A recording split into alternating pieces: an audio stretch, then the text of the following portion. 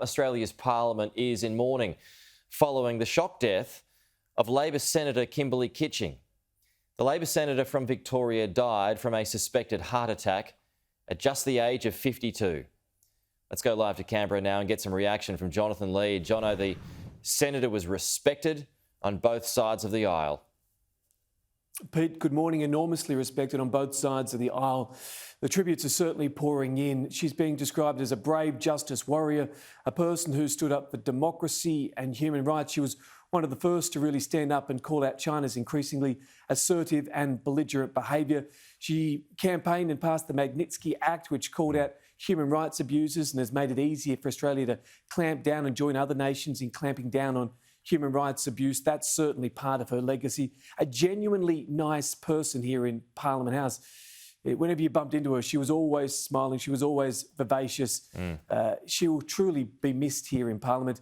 It's being reported that she was feeling unwell while driving between meetings yesterday. She phoned her husband, Andrew. She pulled over and it's believed she subsequently suffered a heart attack and was unable to be revived by paramedics. There's a number of tributes, so if you don't mind, I might start to read out some of them from the party's leader, Anthony Albanese, who's gone on to say that we've lost one of our own far too young. Kimberley gave so much. She had so very much ahead of her.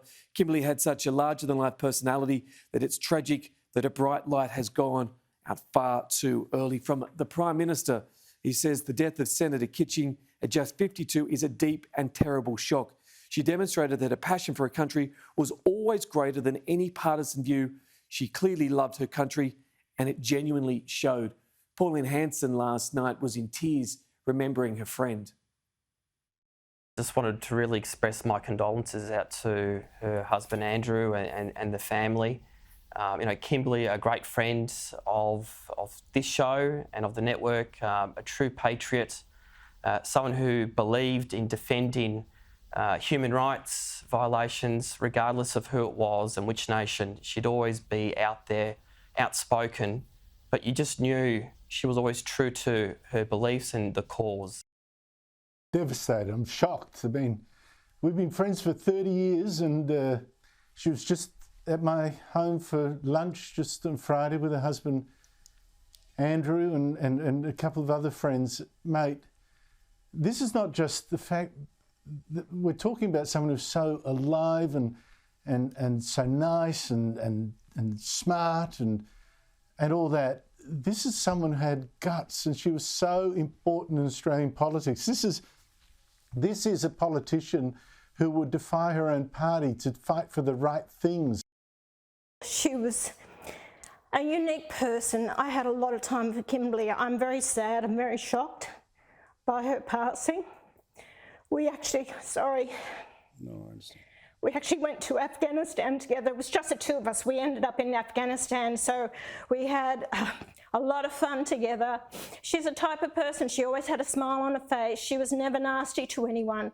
You know, when I went into that parliament, a lot of the people on the Labor side wouldn't even say hello to me, wouldn't even spend the time. She was the first one to come up and said, "How are you going?"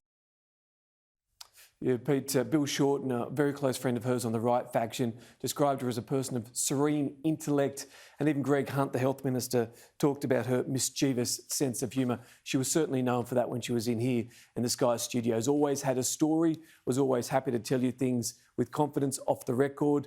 There was a great deal of trust between journalists and the Senator herself, so will be very, very missed. Yeah, big loss indeed.